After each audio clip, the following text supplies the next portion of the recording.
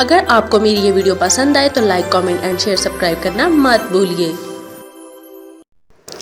سلطنت عثمانیہ کی اگلی ایپیسوڈ کی طرف بڑھتے ہیں۔ عثمانی بحریہ خیر الدین کی قیادت میں ساحلوں پر پہنچ گئی۔ اس کے بعد خیر الدین عنابہ نامی شہر کی طرف مڑا، یہاں سے کچھ امداد حاصل کی اور پھر نصرت کی طرف بڑھا، پھر حلق الواد کا رخ کیا اور اس کے بغیر کسی مشکل کے قبضہ ہو گیا۔ خطبہ اور علماء کی طرف سے خیر الدین کا استقبال کیا گیا اور انہوں نے اس کی خوب عزت افزائی کی۔ اسی دوران وہ تیونس کی طرف بڑھا تو سلطان حسن بن محمد حفصی ہسپانیہ کی طرف فرار ہو گیا۔ خیر الدین نے رشید کو، جو حسن بن محمد کا بھائی تھا، تیونس کا امیر مقرر کیا اور اعلان کیا کہ آج سے تیونس دولت عثمانیہ کا حصہ ہے۔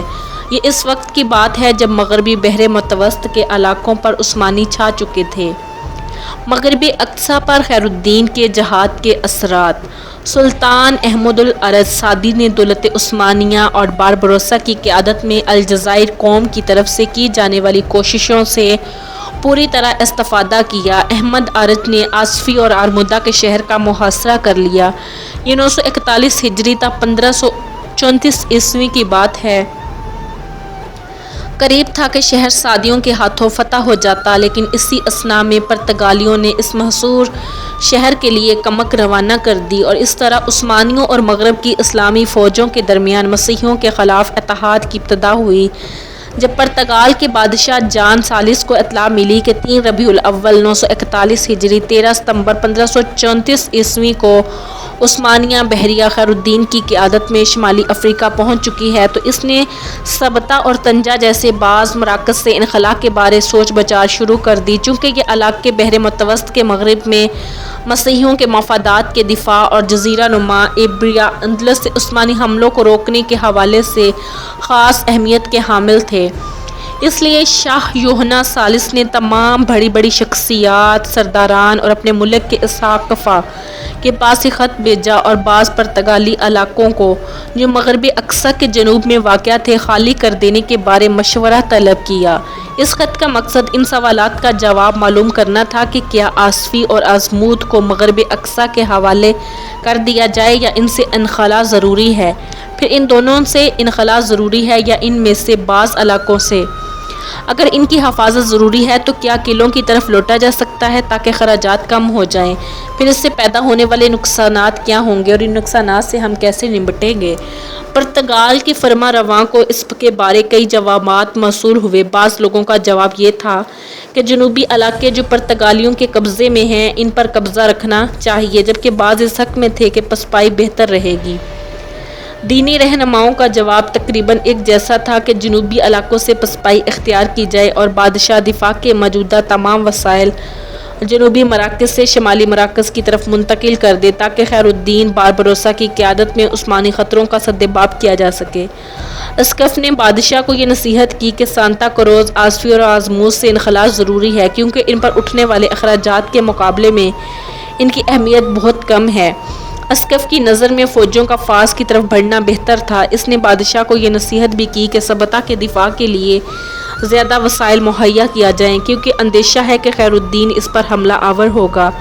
الجزائر میں عثمانیوں کی موجودگی کا مغرب کے بارے پرتگالی فرمانروا کے موقف پر بڑا اثر پڑا۔ اس نے اس علاقے میں عسکری کارروائیاں روک دی۔ اس طرح ٹیونس پر عثمانیوں کے قبضہ نے پوپ اور چارلس پنجم کو پریشان کر دیا اور انہوں نے اسے مسیحیت اور ملک کے اطراف و جوانب کے ساتھ اس کے مواصلات کے بحری خطوط کے لیے براہ راست دھمکی خیال کیا۔ عثمانی دھمکی کی گونج بہت دور تک سنائی دی۔ اس کے علاوہ دولت عثمانیہ نے سسلی اور افریقہ کے درمیان تنگ راستوں پر اپنے قبضے کو یقینی بنایا۔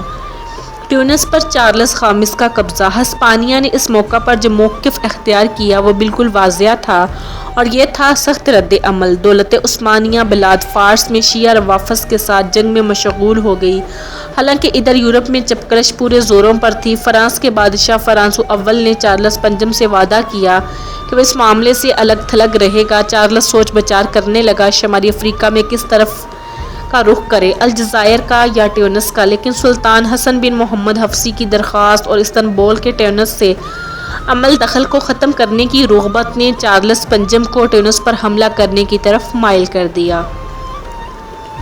چارلس خامس نے ایک بہت بڑی بحری کارروائی کی اور اس کی خود قیادت کی، جس میں 30,000 ہسپانوی، ہالینڈی، جرمن، بوبلسی، سکبلی سپاہیوں نے حصہ لیا۔ یہ لوگ 500 جہازوں پر سوار تھے۔ بادشاہ برشلونہ کی بندرگاہ سے جہاز پر سوار ہوا۔ جب اس کے جہاز ٹیونس کے سامنے لنگر انداز ہوئے تو طرفین میں سخت معرکے ہوئے اور بالآخر 924 ہجری بمطابق 1535 عیسوی کو ہسپانیہ کے ٹیونس پر دوبارہ قبضہ ہو گیا۔ اس کی وجہ یہ تھی کہ خیر الدین کے پاس اتنی فوج نہیں تھی کہ وہ اس حملے کو روکتا۔ اسلامی لشکر کی تعداد 7,000 عثمانی سپاہی جو خیر الدین تک پہنچ پائے تھے اور تقریباً 5,000 ٹیونس کے رہنے والے لوگ تھے، جبکہ عرب جہاز سے پیچھے رہے۔ الغرض چارلس نے ٹیونس کی بندرگاہ حلق الواد کے قلعہ پر قبضہ کر لیا اور حسن بن محمد کو اس کا حاکم مقرر کر لیا۔ چارلس اور حسن کے درمیان طے پایا جانے والا معاہدہ کے مطابق بونا اور مہدیہ ہسپانیہ کی ملکیت میں دے دیے گئے۔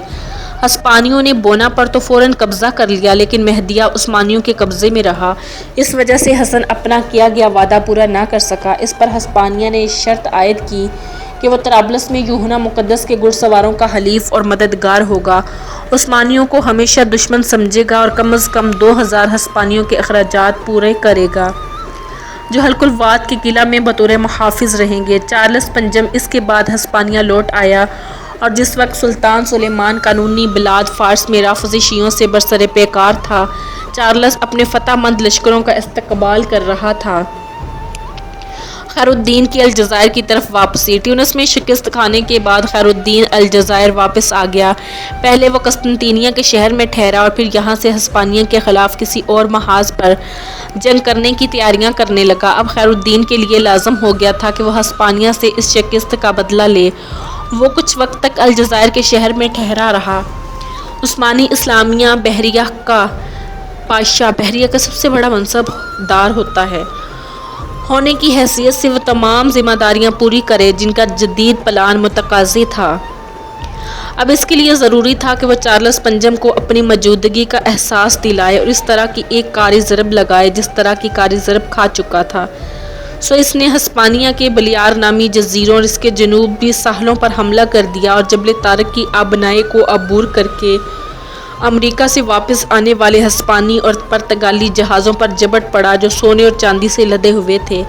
اس واقعے نے پوری مسیحیت کو جھنجھوڑ کر رکھ دیا اور چارلس خامس کی پریشانی کی تو کوئی حد درجہ نہ رہی۔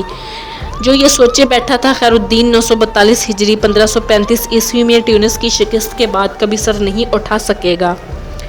دوسری طرف 943 ہجری 1536 عیسوی میں دولت عثمانیہ نے ملکی سطح پر فرانس کے ساتھ معاہدہ کر لیا۔ اسے ٹیونس پر ہسپانیہ کے حملے کا رد عمل خیال کیا جاتا ہے۔ مقدس رومی شہنشاہیت کو یوں لگا کہ اس کے دشمنوں فرانس اور دولت عثمانیہ کی طرف سے اس کا گھیراؤ کر لیا گیا ہو، اس لیے ان کے درمیان جنگ و جدل کا سلسلہ دوبارہ شروع ہو گیا۔ ہسپانیہ اور پرتگالیوں کے اہداف ایک جیسے تھے، بلاد مغرب کے مراکز پر قبضہ کرنا کہ کہیں عثمانی جزیرہ نمائے ایبریا میں داخل نہ ہو جائے، پرتگالی ڈپلومیسی اور شمالی افریقہ میں اتحاد کا پارا ہونا۔ 943 ہجری 1536 عیسوی میں شاہ احمد وطاس کو وادی العبید کے قریب بیری عقبہ کے مقام پر سعدیوں کے مقابلے میں شکست ہو گئی۔ وجہ یہ تھی کہ مخلوط قبائل جنہیں وساطی لشکر کا مقدمۃ الجیش ہونا چاہیے تھا، جنگ میں شریک نہ ہوئے اور پورے لشکر میں افراتفری پھیل گئی۔ اس ہزیمت کے بعد احمد وطاسی پرتگال کے قریب ہو گیا کیونکہ اس نے سوچا عثمانی ہسپانیہ کے خلاف جنگوں میں مصروف ہے۔ دونوں کے درمیان 11 سال کے لیے معاہدہ ہو گیا، جس کی روح سے اسیلا، طنجہ اور قصر صغیر کے قرب و جوار میں مقیم مغربی شاہ فاس کی عدالتی اقتدار کے ماتحت آ گئے۔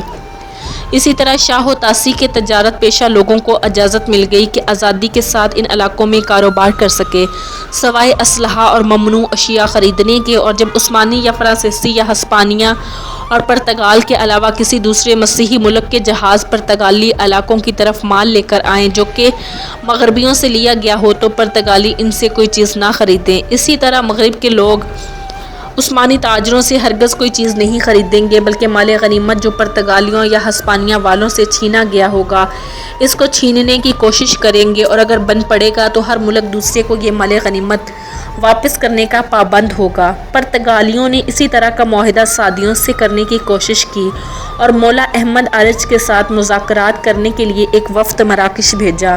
مولا احمد ارچ نے معاہدہ پیشکش کو قبول کر لیا کیونکہ اسے اپنے ترقی پذیر مملکت کے معاملات کو منظم کرنے کی سخت ضرورت تھی۔ بالخصوص 943 ہجری کے مطابق 1536 کو بیر عقبہ کے میدان میں وساطیوں کے خلاف کامیابی حاصل کرنے کے بعد 25 ذی القعدہ 944 ہجری کے مطابق 25 اپریل 1537 عیسوی کو دونوں ملکوں کے درمیان 3 سال کے لیے ایک معاہدہ طے پایا گیا اور فریقین کے درمیان تجارتی لین دین کے بھی امکان پیدا ہو گئے۔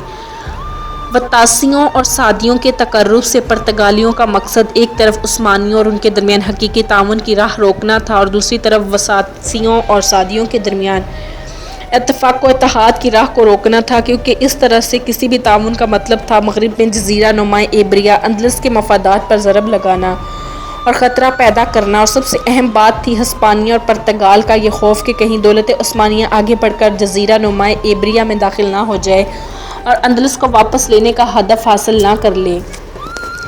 مجاہد کبیر حسن آغا توشی خیر الدین باربروسا اپنے منصب کبودان پاشا بحریہ کا سب سے بڑا منصب کے حسب اقتضاء عثمانی بحریہ کو منظم کرنے میں مصروف ہو گیا اور بحر متوسط کے مشرقی علاقے میں اپنی سرگرمیاں شروع کر دی، جبکہ حسن آغا توشی جو ان کا نائب تھا، نائب ہیلر بیگ کوئی منصب ہے کی حیثیت سے یورپی بحری ڈاکوؤں سے دو ہاتھ کرنے میں مصروف ہو گیا۔ حسن کو جہاد فی سبیل اللہ کے سلسلے میں بہت سی مشکلات کا سامنا کرنا پڑا۔ ان کی شخصیت الجزائر میں شجاعت و بہادری کا نمونہ تھی۔ وہ شمالی افریقہ کے اسلامی علاقوں کے دفاع میں جہاد فی سبیل اللہ کے سلسلے میں اسلامی اثار و قربانی کی ایک روشن مثال بن کر ابھرا۔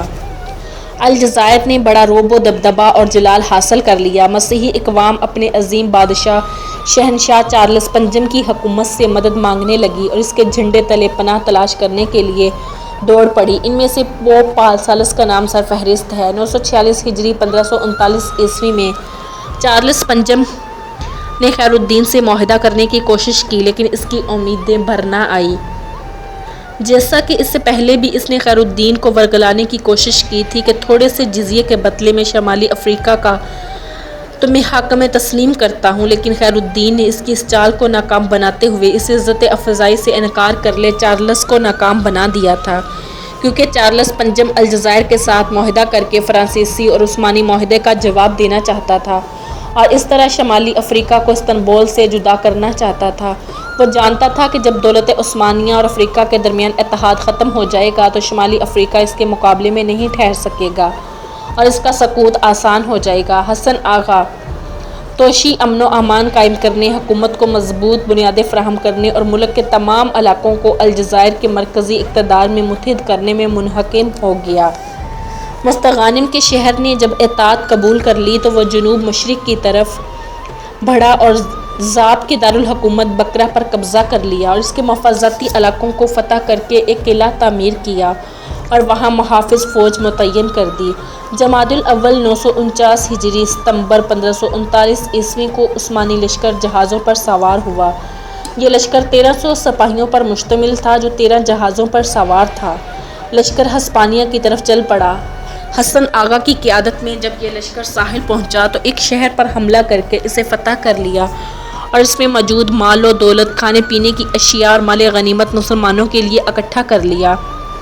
اس لشکر نے ہسپانیہ کے جنوبی ساحل کو خوب تاراج کیا۔ ہسپانیوں کو بہت سا مال و متاع ہاتھ لگا، بہت سے لوگوں کو گرفتار کیا جن میں سے بعض کو غلام بنا کر مغرب اقصی کے شمالی علاقوں بالخصوص نتوان میں بیچ دیا۔ پھر میدان جنگ کی طرف لوٹا اور جب الجزائر واپس آنے کا ارادہ کیا تو راستے میں ایک بہت بڑے قبیلہ سے مدبھیڑ ہو گئی۔ یہ ایک ہسپانوی قبیلہ تھا جس کے افراد کی تعداد بہت زیادہ تھی۔ فریقین کے درمیان سخت معرکہ ہوا، دونوں طرف سے چند جہاز غرق ہوئے، لیکن اس عظیم معرکہ میں ہسپانیہ کو بہت زیادہ نقصان کا سامنا کرنا پڑا۔ چارلس پنجم نے بحر متوسط کے مغربی علاقے میں اسلامی تحریک جہاد کو ختم کرنے کی غرض سے ایک بھرپور عسکری حملہ کرنے کا ارادہ کیا۔ اس سے پہلے کہ وہ اپنے ارادے کو عملی جامہ پہناتا، براعظم یورپ میں کسی حد تک امن کی فضا قائم ہو گئی، کیونکہ محرم تو تھا ہی، اور اسی طرح محرم 945 ہجری بے مطابق 25 اکتوبر 1541 عیسوی کو فرانس کے ساتھ یلس کا معروف معاہدہ طے پایا گیا۔ یہ معاہدہ 10 سال کے لیے منعقد ہوا۔ 40 خامس الجزائر کے شہر کے سامنے لنگر انداز ہو گیا۔ جب حسن آغا توشی نے یہ صورتحال دیکھی تو الجزائر کی بڑی شخصیات اور ملک کے قابل عزت لوگوں کو اپنے دربار میں بلایا۔ یہ معاہدہ 10 سال کے لیے منعقد ہوا۔ 40 خامس الجزائر کے شہر کے سامنے لنگر انداز ہو گیا۔ جب حسن آغا توشی نے یہ صورتحال دیکھی تو الجزائر کی بڑی بڑی شخصیات اور ملک کے قابل عزت لوگوں کو اپنے دربار میں بلایا اور انہیں اسلام اور وطن کی خاطر جہاد کرنے کی ترغیب دیتے ہوئے کہا، دشمن تمہارے سر پر پہنچ چکا ہے، وہ چاہتا ہے کہ تمہارے بیٹوں اور بیٹیوں کو قیدی بنائے، شہید ہو جاؤ۔ دین حنیف کی راہ میں یہ اراضی ہم نے طاقت کے زور سے فتح کی ہے، اب ان کی حفاظت ہمارا فرض ہے۔ اللہ تعالیٰ کی مدد شامل حال ہو تو کامیابی یقینی ہے۔ ہم اہل حق ہیں۔ مسلمانوں نے انہیں دعائیں دی اور دشمن کے خلاف جہاد میں ان کو مدد کی یقین دہانی کرائی۔ سو حسن آغا لشکر ترتیب دینے اور جنگ کی تیاری کرنے میں جٹ گئے۔ دوسری طرف ہسپانیہ والوں نے اپنے بچاؤ کا سامان منگوانا شروع کیا۔ چارلس پنجم حسن آغا کی تیاریاں دیکھ کر حیران رہ گیا۔ اس نے ارادہ کر لیا کہ حسن آغا کو دھوکہ دے۔ اس نے اپنے کاتب کو ایک خط لکھنے کا حکم دیا۔ اس خط میں اس نے آغا حسن کو مخاطب کرتے ہوئے کہا، تو جانتا ہے میں بادشاہ ہوں، پوری مسیحیت میرے ماتحت ہے۔ اگر تم مجھ سے ملنا چاہتا ہے تو قلعہ فوراً میرے حوالے کر دے اور اپنے آپ کو میری گرفت سے بچا لے، ورنہ میں قلعہ کے پتھروں کو سمندر میں پھینک دینے کا حکم دوں گا، اور پھر نہ کچھ تیرے ہاتھ میں رہے گا، نہ تیرے آقا کے ہاتھ اور نہ ترکوں کے ہاتھ، میں پورے ملک کو تباہ و برباد کر دوں گا۔ یہ خط حسن آغا تک پہنچا۔ انہوں نے اسے پڑھا اور بڑی متانت سے جواب دیا، میں سلطان سلیمان کا خادم ہوں اور یہ قلعہ پر قبضہ کر لے، لیکن یاد رکھنا یہ اس علاقے کی ریت ہے کہ جو دشمن یہاں آتا ہے اسے موت کے علاوہ کچھ نہیں ملتا۔ ایک روایت کے الفاظ یہ ہیں، ہسپانیہ نے الجزائر پر ایک مرتبہ عروج کے عہد حکومت میں حملہ کیا اور دوسری مرتبہ خیر الدین کے دور میں کیا، لیکن اسے کچھ حاصل نہ ہوا، بلکہ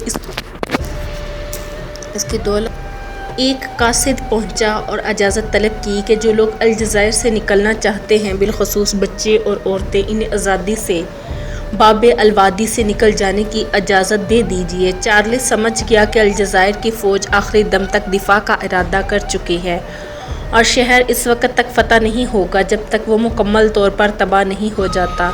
حالانکہ بادشاہ نے ابھی تک محاصرہ کے وقت استعمال ہونے والی توپیں نہیں اتاری تھیں، لیکن مجاہد ہسپانیہ کی فوجوں پر مسلسل تابڑ توڑ حملے کر رہے تھے، ہر جگہ ان پر جھپٹ رہے تھے، حتیٰ کہ مالٹا کے ایک سپاہی نے اس گوریلا جنگ کے متعلق اپنی ایک رپورٹ میں لکھا، اس طریقۂ جنگ نے ہمیں ہوا سے باختہ کر دیا ہے کیونکہ ہم اس جنگی چال سے پہلے واقف نہیں تھے۔ مجاہدین کی تعداد مسلسل بڑھ رہی تھی کیونکہ یہ سن کر ہسپانوی فوجیں الجزائر کے سامنے اتر چکی ہیں۔ مجاہدین ملک کے گوشے گوشے سے بڑی تیزی کے ساتھ آ رہے تھے اور لشکر میں شریک ہو رہے تھے۔ چونکہ مجاہدین ملک کے چپے چپے سے واقف تھے، اس لیے ان کے حملے بڑے تباہ کن تھے اور یہ نہایت ہی عقل مندی سے اپنی منفرد اور ممتاز جنگی چالوں کو آزما رہے تھے۔ اسی دوران اللہ تعالیٰ نے اسلامی لشکر کی مدد فرمائی، زور کی بارش شروع ہو گئی، تیز آندھیاں چلنے لگی، سمندر کی موجیں پہاڑ کی بلندیوں سے آگے گزرنے لگی، حملہ آور فوج کے خیمے اکھڑ گئے، جہاز ایک دوسرے کے ساتھ ٹکرا گئے، کئی غرق آب ہوئے، منہ زور لہروں نے کئی جہازوں کو ساحل پر پٹخ دیا اور مسلمان جو شہر کا دفاع کر رہے تھے ان جہازوں پر جھپٹ پڑے۔ سامان جنگ اور کھانے پینے کی جو اشیاء ہاتھ لگے سب پر قبضہ کر لیا۔ بارش کی وجہ سے بارود ناکارہ ہو گیا۔ ان مشکلات میں چارلس نے الجزائر پر حملوں کی کوشش کی، لیکن اس کا ہر حملہ ناکام ثابت ہوا۔ حاجی بشیر جو فوج کے افسر تھے، بہادری کے حیران کن جوہر دکھائے، اپنے لشکر کو لے کر دشمن پر حملہ آور ہوا اور بڑی بہادری، بے مثال جرأت اور کمال شجاعت کے ساتھ کئی نصرانیوں کے سر قلم کیے۔ الجزائر کی عسکری قیادت نے صورتحال سے پورا فائدہ اٹھایا۔ اسلامی لشکر نے گوریلا طریقہ سے حملہ کر کے پیچھے ہٹانے کی پالیسی اختیار کر کے کشتوں کے پشتے لگا دیے اور یہ کشتوں کے پشتے لگائے اور کئی نصرانی کھیت رہے۔ بادشاہ نے جب یہ صورتحال دیکھی تو باقی ماندہ فوج کو ساتھ لیے بھاگ کھڑا ہوا اور ہسپانیہ جانے کی بجائے اٹلی کی راہ لی۔ جن عوامل نے بادشاہ کو اس ہزیمت سے دوچار کرنے میں مدد دی، ان میں سے ایک عامل تھا مسلمانوں کی بہترین قیادت۔ الجزائری قوم کا اس قیادت پر اعتماد اور مختلف قبائل کا اللہ تعالیٰ کی راہ میں شہادت حاصل کرنے کے لیے میدان جنگ میں کود پڑنا اور اسلام مسلمانوں کے دفاع کے لیے اپنا سب کچھ داؤ پر لگا دینا۔ الجزائر کے لوگ اس شکست کو اصحاب فیل کی شکست سے تشبیہ دیتے تھے، جس کا ذکر قرآن کریم میں آیا ہے۔